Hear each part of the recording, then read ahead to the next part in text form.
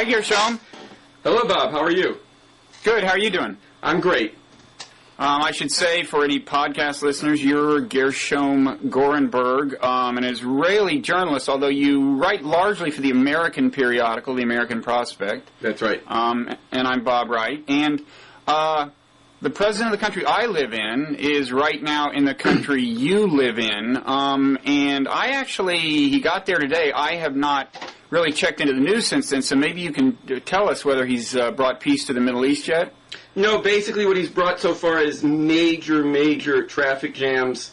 I have actually come to the conclusion that this is the reason that the president works and lives in the same house, is because otherwise Washington would not be able to function, because all of the center of Jerusalem is basically shut down. I'm glad to know that all those police and soldiers are ours, because otherwise I would think that we were under occupation, given the size of the security operation for this little adventure of Mr. Bush's. Well, I've been to Israel, and even on an ordinary day, there are more uniformed people carrying submachine guns by a long shot than you find in the United States. But so I can only imagine. So what is your take on this? I mean, I guess has he had a press conference yet or anything? Well, this is day one of I guess a multi-day visit, right? And of course the idea is this is a follow-on to the Annapolis initiative, and he's trying to impart a little bit of momentum to the peace process, or maybe create something you could call a peace process. But what's your take at this point? Well, I mean, first of all, I would just make a general comment that the expectations of this trip in the region among both Israelis and Palestinians, and I would assume further out in the region as well, could not be lower. There's really very little sense that Bush is really going to move anything. The Annapolis conference is past. Negotiations have not exactly been moving along at a rapid pace since then. All of the basic problems remain, and there's nothing in Bush's 7 years in office that gives anybody any sense that he's going to really lean into these negotiations. Certainly, there's no sense that he's ready to pull a Carter and fly back and forth, or in this case, drive back and forth until he gets some progress. So the expectations are extremely low from the trip. I would also note that among Israeli pundits, commentators, Bush's ratings are probably as low as they are in the United States. He's been described as a lame elephant. The president has no clothes, as having done more damage to the Middle East in 7 years than anybody could have imagined. So despite what people might think on your side of the pond, his popularity here, at least among the chattering class, is not very high. No, that's bad. We thought he was just a lame duck. Lame elephant, I think. It sounds worse. Yeah. So, well, that was sort of a mixed metaphor, the lame elephant in the china shop. I couldn't really figure that one out. But I guess the one thing that you can say for that is that it means that if he accomplishes anything, he will have exceeded expectations. He had a meeting today with President Peres. The presidency here is basically a ceremonial position. He used that opportunity to basically do what he's done in the past, which is to put the Israeli-Palestinian conflict in the war on terror context. We're against the murder of innocent individuals. Which, I mean, that's mom and apple pie. Everybody's against the murder of innocent individuals, but the question is, what is he going to do to break out of that cycle? The one possibly meaningful comment is that after his 2-hour meeting with Prime Minister Olmert, which is much more real meeting, the Prime Minister is the person who really runs the country, he made comments afterwards that the illegal settlement outposts in the West Bank have to go. If the president actually put some real pressure to make that happen, that would be a significant change. I don't think it would bring peace in the Middle East, but it would certainly be a positive step forward. And even before this, Bush had said very recently some things to that effect. Either Bush or Condi Rice had, and Olmert had kind of joined in and affirmed that, right? That the illegal, in other words, the outposts that are illegal, even by Israeli standards, leave aside international law, have to be vacated, right? I mean, in the run-up to this, wasn't there a certain amount of that kind of talk? Well, this kind of talk has been going on literally since the roadmap came out, and Olmert has always said that he's going to do this. But the problem is that there's really I guess something that both Bush and Olmert have in common is the gap between rhetoric and actions. Mr. Olmert has, in general terms, stressed that it's absolutely essential to Israel's future to reach a two-state solution. He's talked about taking down outposts as a step toward that. The problem is very, very little has happened. Taking down outposts would be only a preliminary step toward making any peace process move forward. It's very clear, for instance, that in order to create some momentum, that Olmert would also have to put a complete freeze on building in settlements, including the ones that Israel asserts are legal. There's been no sign of that happening. There's been no sign of any evaluation, running a fine comb through the Israeli budget to find out where government money is going to the continuation of settlement construction. So the talk is there, but the action isn't. Now, I would add here that one thing that is very important is that what Mr. Olmert may actually need is for the president to apply pressure. In other words, within the Israeli political context, a little bit of pressure from the United States could actually be a good thing for Olmert. He could be able to, for instance, turn to people within his coalition and say, look, who are to the right of him in his coalition, say, I know you're not happy about this, but I can't risk our relationship with the United States. Right. Along the same lines, one thing that's very, very important for any kind of political progress is reducing the number of roadblocks which basically paralyze a movement within the West Bank. Because one thing that everybody agrees on is that to move the Palestinian Authority toward being a functioning state, you've got to get its economy out of the basement. In order to do that, there has to be free movement of people and goods. In order to do that, you have to eliminate roadblocks. And when Mr. Olmert goes and he talks to his generals about that, they say, yeah, but if you eliminate roadblocks, there's a security risk, which... and there's a little truth. There's a little truth to that, right? It must, by some percentage, increase the risk of a suicide bomber. I mean, when I've talked to the security wonks about this, the ex-generals and so forth, they say, yeah, there's a certain amount of risk, but the risk of not, in other words, there's a tactical risk in taking down some of the roadblocks, and there's a strategic risk in not doing so, because your strategic goal is reaching a two-state solution.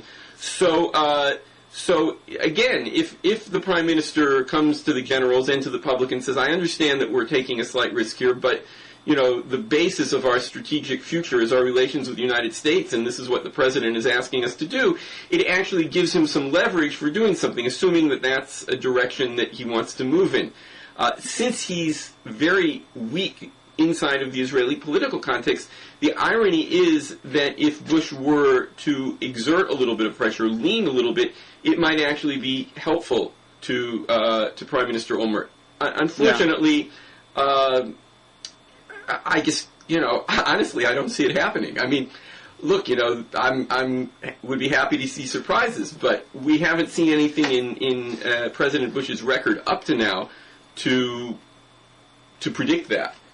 Although if Olmert wanted him to do it, he could presumably communicate that to Bush, and I assume Bush would comply. I mean, I don't think he'd be paralyzed by concern about domestic repercussions here, given the fact that he's not going to run for election again. So that must not be something that Olmert is just dying to have happen, right? Well, either that or he can't, he can't come out directly and say it. There's a risk of it being leaked and so forth. I mean, this is... No, but I mean, he could say it to Bush in private. Right. That is absolutely true.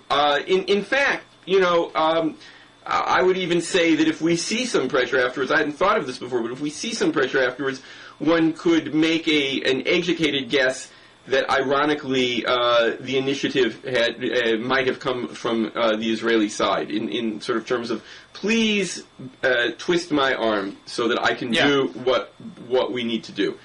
The test of that obviously will be in the weeks ahead.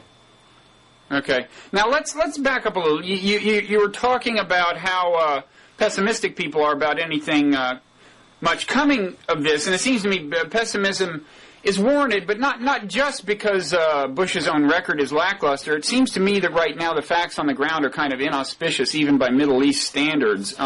So if I could just lay out my hazy recollection of the last couple of years in about 45 seconds, and you can tell me whether I've sized the problem up correctly or misremembered anything. I mean, what I'm largely referring to is the split now between Gaza, run by Hamas, and the West Bank, run by Fatah, basically. And what happened was, I guess it's been 2 years now since the elections that Hamas won. And we had favored the elections, and we had not objected to Hamas's participation. But once Hamas won, we basically said that's unacceptable. So did Israel, so did the Europeans, and of course Hamas... The Palestinian Supreme Court refused to step in and reverse the election results, which apparently came as a major surprise to Mr. Bush. I didn't realize that's what we were counting on. Sorry, I wasn't. Yeah, it worked for him. I see. Okay, your humor is a little too in tune with America for me to have picked up on right away, Gershom. I don't expect that of a foreigner. Sorry, but I was taking you seriously. But so anyway, and of course Hamas, I mean, does in contrast to Fatah, does officially oppose the existence of a Jewish state of Israel and favor violent means to put an end to such a state. So it's not as if that reaction is totally unexpected on the part of Israel, especially. But in any event, after we did that and said no, sorry. Hamas can't rule. Hamas forcibly took control of Gaza. So now you've got these, and our reaction to that is we and Israel refusing to have anything much to do with Hamas, with the government, the de facto government of Gaza, and in fact are now applying pressure of various forms, kind of trying to starve Hamas out, not literally trying to starve people to death, but certainly help induce a state of sufficient material deprivation that in one way or another that's supposed to undermine Hamas. And most recently, I gather, Israel is actually reducing the amount of power available to Gaza. So that creates this complicated situation where in the best case scenario, these peace talks don't even involve, meaningful representatives of nearly all the Palestinian people, right? I mean, the de facto government of a large chunk of Palestinians is not even involved in this. Is not part of this process, no. In other words, your summary is correct, and one of the unanswered questions in this whole process would be how to bring Gaza back under the Palestinian umbrella.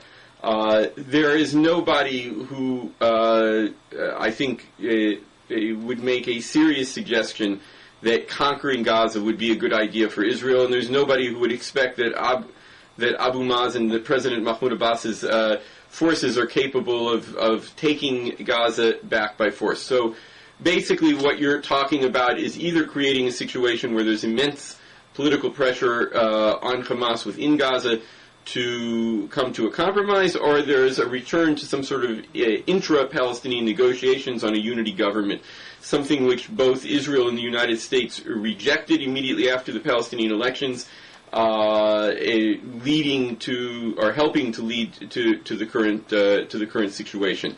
Right. So can you, just on that point, can you tell me, if you know, what is the envisioned process by which the pressure being applied on Gaza comes to fruition? I mean, in other words, even if Hamas says, okay, this is really starting to hurt, we want to negotiate with Fatah, and we're in a position of weakness, and we're willing to give a lot away, that's kind of not enough for us, right? Because we are not willing to accept the legitimacy of Hamas as a player in any kind of actual negotiation, right? So, and the history of humankind doesn't feature a lot of examples of governments in situations like this just willfully surrendering power altogether and saying, okay, we don't run this place anymore. So, I mean, are they envisioning some sort of revolt by the people as their situation gets more and more dire in Gaza? Or what is the best case scenario for how the pressure pays off?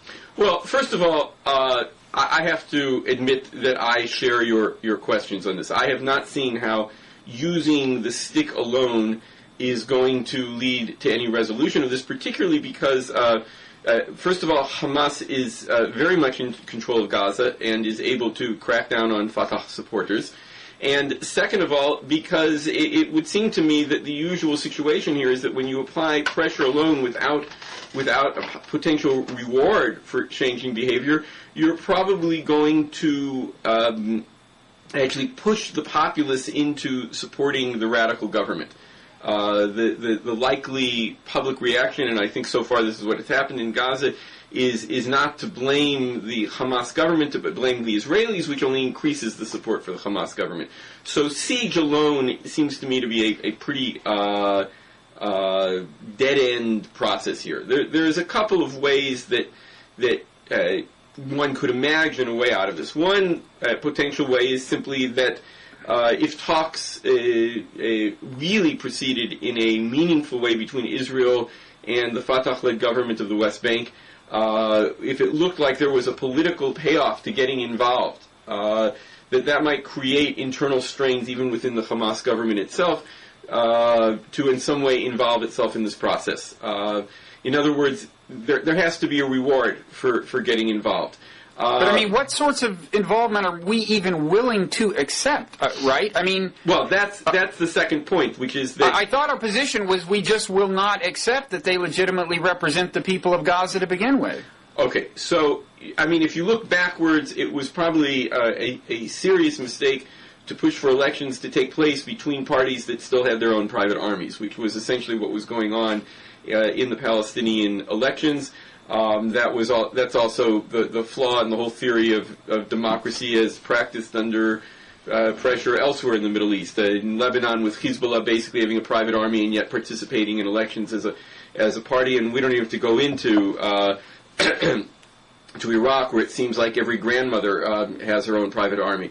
So the elections themselves were a very flawed process. Now that situation exists, probably the only way to bring Hamas into the process is some sort of return to the unity government model. That would require on the one hand, a change in the attitude from Israel and the United States toward a unity government. It would involve major concessions on Hamas's side, and I would repeat, it's probably dependent in some way on some sort of serious progress, at least in discussing the future of the West Bank, so that there is a payoff for Hamas in getting involved in this. And here I would just make one more point, which is that Hamas's support comes from really schematic terms two kinds of constituencies. One is people who really believe in their Islamic vision.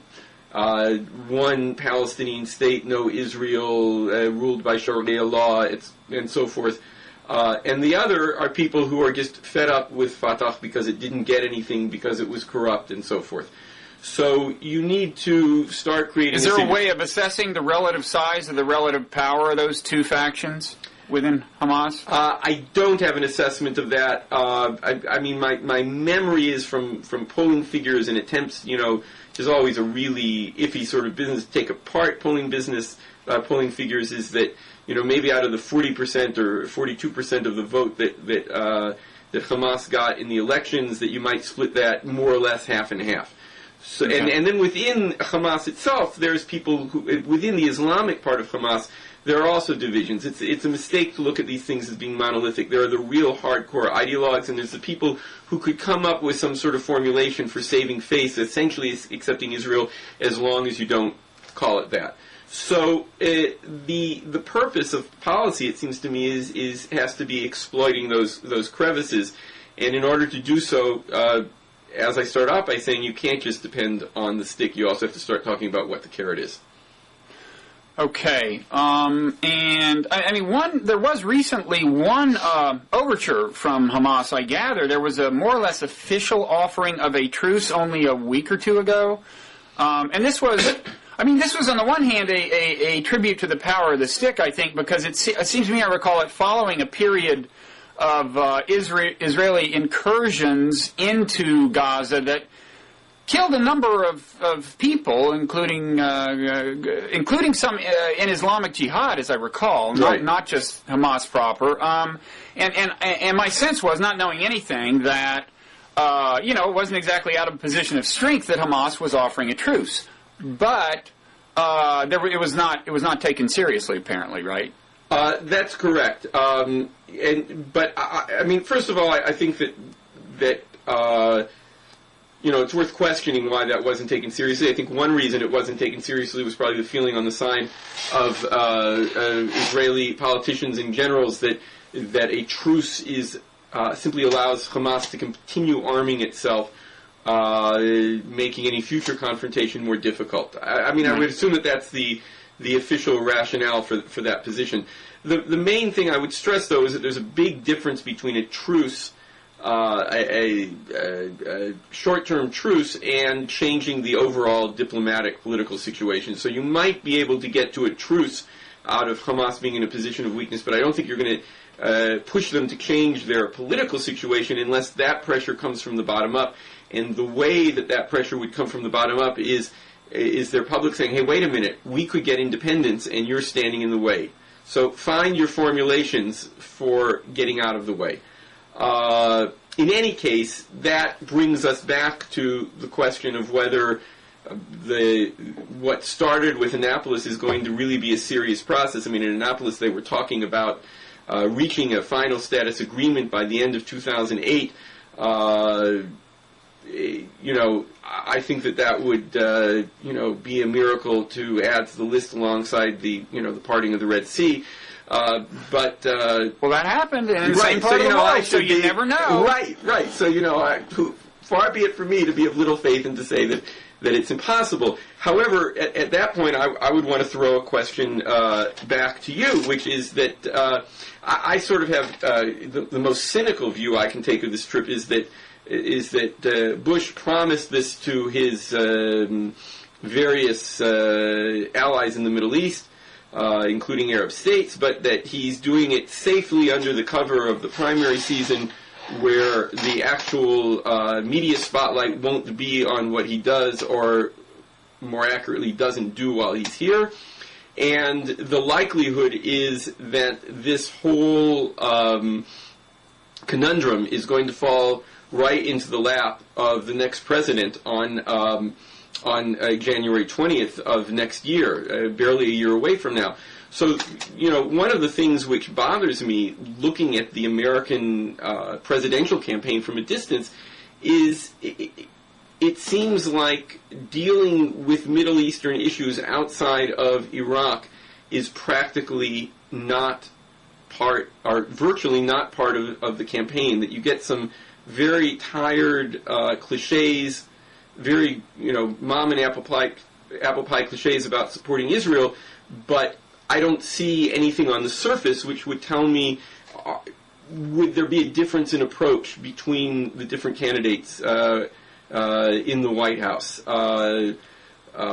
Maybe the one exception to that is that I've read that Giuliani has particularly hardline advisors on the foreign policy front. So maybe we could count on him to be even more hardline, putting everything in the context of the war on terror than Bush has been.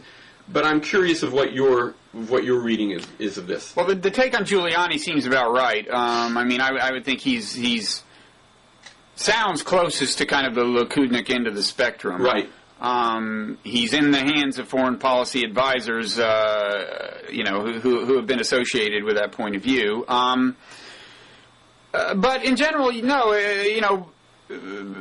presidential candidates tend to say very little of clarity about foreign policy generally, and it's a source of disappointment to me. I'd like to hear something said, I mean, even it seems to me there are even effective, not very significant talking points that, say, Democratic candidates could be using that they're not.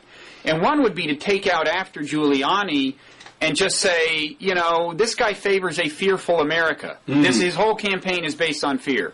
It seems to me that's, I mean, see, the one reason Democrats feel so constrained in this area is because, of course, Democrats are always accused of being, you know, sissies on foreign policy. Right. And they're afraid to say anything that might call their manhood into question. Seems to me there are some things, they could say in a generic way, such as that Giuliani, you know, I don't want a fearful America. You know, we can stand up and be tall, and Giuliani wants us to be cowering in fear nonstop, which I think you could make a case for. I mean, his TV ads are a sight to behold. You know, it's just us against the Islamic extremists, and they're everywhere. And there's no distinction, right? The whole Islamic world is just one giant monolithic when hatred pressed and on terror. this, he claims there is a distinction, and in fact, Ann Althouse, I think this is where I saw this. She's a pretty prominent blogger in America here, and she embedded 2 videos on her blog, and if I'm right about this, I'll link to them. One was Giuliani saying in response to Ron Paul in a debate, no, I have great respect for the Islamic faith. This is a minority of people I'm worried about. And then the other video was his TV commercial, which was just like, everywhere you look, it's these, you know, radical Muslims who are, you know, at your doorstep at this moment. And it was an interesting juxtaposition. Reds and the Dads in the 2008 version. What's that? Oh, yeah, exactly. Well, there are a number of parallels between that period in history and the way the communist menace was used rhetorically and the way radical Islam is being used now. I mean, I would say in general on the Republican side, with the exception of Ron Paul, who is way too flaky to ever become president, it's just a competition almost to see who can sound most hawkish. So Giuliani's not alone. I mean, he may have set the pace, but everyone has decided that that's the race to be in. Everyone on the Republican side has decided that that's the race to be on. You know, you can't be afraid to use the term Islamofascist and so on. On the Democratic side, you know, they're not saying much. I mean, yeah, they're saying Iraq was a mistake. And they're saying we support Israeli security, fine, but spelling that out in terms of what they would do about that, whether they would be diplomatically involved, whether they would continue to sit back as Bush has done, that you'd have to read the tea leaves to find that out. Well, yeah, and the funny thing is that if you look at the few specific things that Democratic candidates have said about Israel, in some ways they are, if anything, to the right of Bush in a certain sense. I mean, I shouldn't be laughing at this. This is very sad. No, you shouldn't. But I know you're aware of one of them because you wrote about it. And let me tell you what I mean by the right of Bush. I mean, Obama and Hillary Clinton have both made one kind of salient statement about Israel, at least that got enough attention for me to be aware of them. Hillary's was, of course, a united East Jerusalem. I forget the exact phrase. Undivided Jerusalem. Undivided. Yeah, the idea was that East Jerusalem, the implication, what everybody took away from this, is that Israel's not surrendering an inch of East Jerusalem. Okay. Right. Which is to the right of the Israeli government right now. Exactly. That's what I was going to say, was that only a few weeks or maybe a month or two ago, Olmert himself said, look, it may not make sense to hang on to all of annexed East Jerusalem. And, of course, annexed East Jerusalem is... He's been saying this, by the way, for 4 years. Right. What's that? He's been saying this for 4 years publicly. So you don't need your own intelligence agency or the latest information off the newswire to know that that's the position of the Israeli Prime Minister. And when he said that, see, I was not aware of any history of saying it. When he said it, it actually made some headlines here as if it was new, and it was at a time, it was in the vicinity of Annapolis. So I assumed, what he said had the blessing of the Bush administration if it had not been, in fact, inspired by the Bush administration. And that's what I mean when I say this position of Hillary Clinton's is actually to the right of Bush in this one dimension, right? I haven't heard Bush say, don't give up an inch of annexed East Jerusalem. And the other thing is just, you tell me how many I mean, clearly, this must reflect Hillary Clinton's assessment of where American Jewish voters are, right? And I'm curious as to what you would say about Israeli opinion on, and I have no way of knowing whether she's right because the question doesn't really get discussed much here because it's thought to be so sensitive. I don't have a clear idea of the landscape of opinion on Israel in general in America, but I'm wondering what you would say. What would be the breakdown of Israeli opinion on, people who would say, on the one hand, we're not giving up an inch of East Jerusalem, and on the other hand, people who would say, it is in the long-term interest of Israel's security to be willing to let Arabs have, especially a lot of the historically Arab parts of East Jerusalem, if that means a more lasting and stable peace. What is the breakdown? What's the breakdown of opinion in Israel? Well, I think that the best indication of that is that the ruling party, which really is right in the center of Israeli politics, Olmert's Kadima party, shows the divisions within itself. So if you did a poll and you said, are you willing to give up any of East Jerusalem, you'd probably get a slight majority, not an overwhelming majority, but a slight majority saying, no, I'm not willing to give up an inch. But what people have been finding for years is that if you break that down, you say, okay, instead of starting off saying, are you willing to give up any of East Jerusalem, you say, are you willing to give up, for instance, the Shuafat refugee camp, which is the only Palestinian refugee camps inside of East Jerusalem? And if you ask people that, you suddenly find out you got a majority who's in favor of giving up that. So you go, well, are you willing to give up Beit Hanina, which is a Palestinian neighborhood inside the Jerusalem municipality, which is probably closer to downtown Ramallah than it is to downtown Jerusalem? People say, oh yeah, we will be willing to give up that. So then what you find out is when people say they're not willing to give up anything in East Jerusalem, what they're really talking about, where you start getting this huge majority against giving anything up, is when you hit the core issue of the old city, of the holy sites, and so forth. And that is clearly a huge political tangle that is, that's always been one of the most difficult issues to solve. But I think that when you do that fine-tuned polling, you find that that the Israeli public is to the left of the position that Hillary Clinton has expressed. But she's not running for president in Israel. She's running for president in the United States. I would agree with you that her evaluation is that that's what she's got to say in the U.S. I don't have a handle on how real that is in terms of American Jewish opinion.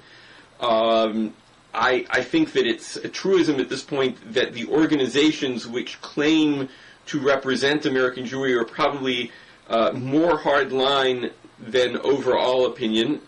But, she probably feels that if she takes the hardline view, she's not going to lose anybody to the left of that, but if she takes a more moderate view, she might lose somebody to the right of that. Right. I think she's thinking that the people who even know what it means, to give up any part of East Jerusalem are largely people who don't want to do it. That's her assessment. Again, I don't know, how she knows this because these things are really not much discussed in American public opinion. We should say for background, we're talking about a part of Jerusalem that is on the other side of the 67 borders. So it's not part of, according to the internationally recognized boundaries, not part of Israel proper. On the other hand, Israel has formally annexed it, which is something that hasn't happened with the settlements in the West Bank. But right. And we should also say that Hillary Clinton's own husband, in the deal that he got at Camp David that everybody considers a near miss, there was this reference to Arab East Jerusalem being, right, and the parameters something that would wind up in the hands of the Arabs. The parameters, what's known as the Clinton parameters, which was Clinton's assessment immediately before leaving office of what a final status Israeli-Palestinian peace agreement would look like, said Arab neighborhoods under Arab rule, Jewish neighborhoods under Jewish rule.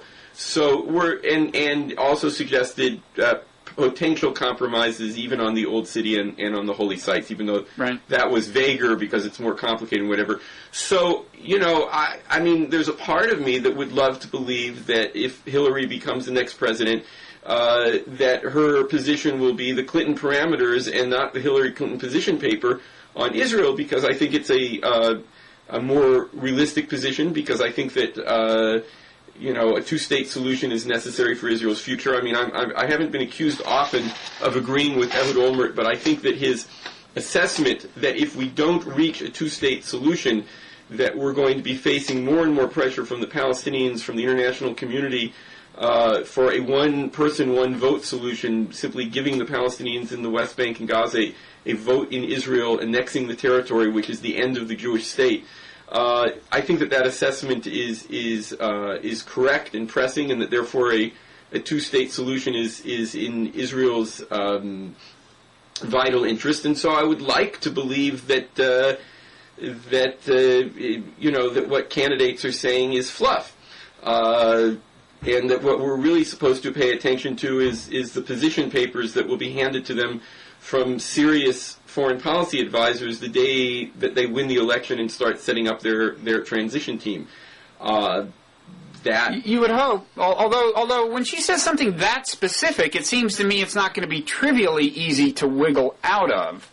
That's true. I mean, I guess she can kind of keep claim that it's if it happens that it's an Israeli initiative. Although that actually leads us perfectly into Barack Obama and what he has said, because you said yourself earlier in this conversation that it may well be that in Israel's interest to appear as if it's being coerced by the United States into doing certain things, right? That may be a really vital political part of the dynamic through which peace could happen, just because of domestic politics in Israel.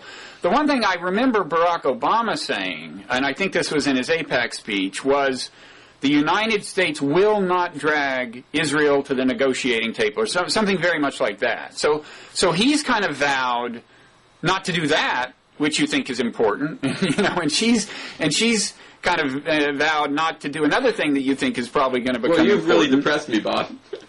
Well, it's a little depressing, and my assumption is that a lot of American politics just don't give enough credit to American Jewish opinion, And the complexity thereof. Yeah, precisely because it isn't talked about much.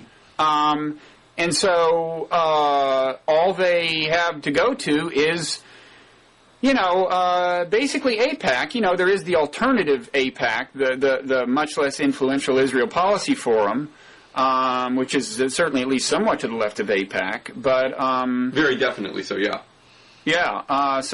But I don't know. It is depressing if you really look at the situation on the ground in Israel and what would be in Israel's interest, which would also be in America's interest. I think long-term peace there. The conversation in America is extremely depressing. Yes. You should be depressed, and I'm glad I've depressed you because it's brought you closer to the truth. Well, all I can say is that I hope that, at least by bringing these subjects up, I have no idea how much the public pays attention to, people writing their little online columns and talking like this and so forth, but I would hope that it's possible to create the debate and to create a situation where a politician can say, because I am committed to the future of Israel as a Jewish state and a democracy, I am committed to total American diplomatic involvement, whatever that takes to reach a peace agreement. That's a formulation that doesn't say I'm going to bend their arms behind their backs. It doesn't say I'm going to withhold aid, but it says I'm promising involvement. I'm not going to continue with the hands-off attitude that has characterized so much of the Bush administration. At least the discussion should be, that would be my hope, that at least the discussion would be opened up on that. Well, I think the discussion has opened up a little bit, but it's certainly not dramatic, and it's something that I think pretty much everyone feels constraints about talking about in America. I mean, I think Jews feel if they want to say something especially pro-Israeli, they'll be accused of having a dual loyalty. If they want to say something especially critical of Israel, they feel they'll be thought of as, traitors to the tribe or something by some other Jews. And I think Americans who aren't Jewish, just worry that they'll offend somebody who's Jewish if they right. So and I also think that one of the things that comes out of this conversation, this is something that's gotten a lot of talk about, at least among the small circle of friends, the policy people who talk about this, but the discussion in Israel, ironically, has moved to a more dovish pro-compromise position than the discussion in the United States. There's sort of some catching up to be done here. When you have a situation where the Prime Minister of Israel often sounds like he's to the left of the pro-Israel, unquote, lobby in the United States, then something's out of sync. And this is a Prime Minister who previously was actually in Likud, right? This is he was an ally of Ariel Sharon's we're talking about. He was raised in Likud. His father was a Knesset member for the hard right back in the 50s. I mean, he is quintessentially Likud, and he is one of a number of people who grew up in the Likud, who are the people who are known as the Likud princes, whose parents were in right-wing politics before them, who have one by one come to the conclusion that the old ideology won't work anymore. Foreign Minister Tzipi Livni is another one of those people. Olmert was actually fairly late in that crowd to understand that the old ideology had crumbled. But he's certainly not unusual in this. This process has been going on for over 20 years now in the what are known as the children of the fighting family. Now, this is also kind of true of this foreign minister. I wouldn't get her name quite right if I tried to pronounce it, but Tzipi Livni. Yeah, she's gotten a certain amount of attention. There was a piece on her in the New York Times Magazine not long ago, and she's thought of as having made a similar kind of ideological migration. I'm wondering if your hopes for her are high, or are you really convinced of the authenticity of any conversion she's made away from the kind of Likudnik position? Well, she's definitely broken with the old Likud position. The old Likud position was that the West Bank would remain permanently under Israeli rule. There's no question that she's broken with that. The problem with both her and Olmert is the degree to which they're willing to, face the consequences of that recognition. They originally hoped that they would be able to get out of the West Bank by unilateral withdrawal and simply choose the borders that they wanted and pull back to that and say to the Palestinians, this is what we want. And that would allow them to hold on to some of the largest West Bank settlements that are close to the pre-1967 border, and they would just basically impose that solution. One of the things that's happened is that the pullout from Gaza and the takeover of Gaza by Hamas and the continued use of rockets by Palestinian groups from Hamas against Israeli territory has shown that a unilateral pullout is not a solution. If you pulled out of the West Bank in the same way, giving up part of it, holding on to part of it without reaching a full diplomatic agreement, you would just have attacks across the border, and nobody's willing to do that. If you want to get to a diplomatic solution, you're going to have to give up more land than either Olmert or Livni has yet been willing to talk about. You're going to have to start by showing that you're going into the negotiations in good faith by freezing construction in the West Bank settlements. That doesn't in the least take away from the right and the responsibility of the government to turn to the Palestinian Authority and say, you've got to take control of your territory, you've got to prevent terror attacks from your territory, and so forth. But the other side of that is that Israel has to stop the settlement construction. When the Oslo Agreement was signed in 1993, there were 116,000 Israelis living in West Bank settlements. That's not including East Jerusalem. Today, the figure is in the area of 275,000 Israelis. So this whole time that the supposed peace process has been going on, the settlement population has been growing. You're not going to get to an agreement that way. So that's really Olmert and Livni are people who've sort of they've decided to take a step forward and their foot's still in midair. We haven't seen them put it down and continue walking forward. Okay. And finally, just what is your, we started out talking about this Bush initiative and we haven't spent much time talking about it explicitly, I think, because no one has serious hopes of major advance coming out of this trip. But what is your highest realistic aspiration for what might be the situation when he leaves in whatever 48 hours or something? If I were going to be incredibly optimistic, I would say that he would have made it clear to Olmert that and repeated the public statement that he has to take down settlement outposts, and that there were signs that was going to happen. If I were going to be wildly optimistic, I would say that he's going to turn to Olmert and say, you have to put a freeze on settlement activity. You have to make economic progress possible by removing some of the roadblocks. I think that in his meetings with Abu Mazen, he has to say it's not enough to talk about the fact that you want a